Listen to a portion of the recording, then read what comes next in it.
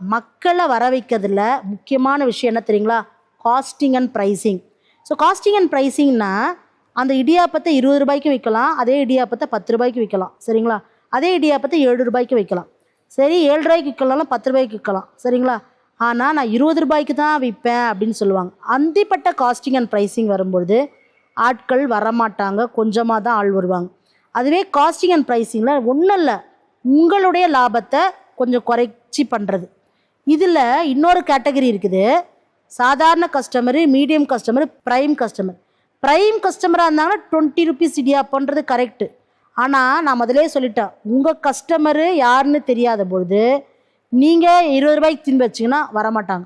உங்கள் ஏரியாவோட கஸ்டமரே 7 ரூபா கஸ்டமராக இருந்தாங்கன்னா, அதுதான் மார்க்கெட் ஸ்டடி பண்ணுறோம். 7 ரூபா கஸ்டமராக இருந்தாங்கன்னா 7 ரூபாய்க்கு வச்சிங்கன்னா ஆள் வருவாங்க.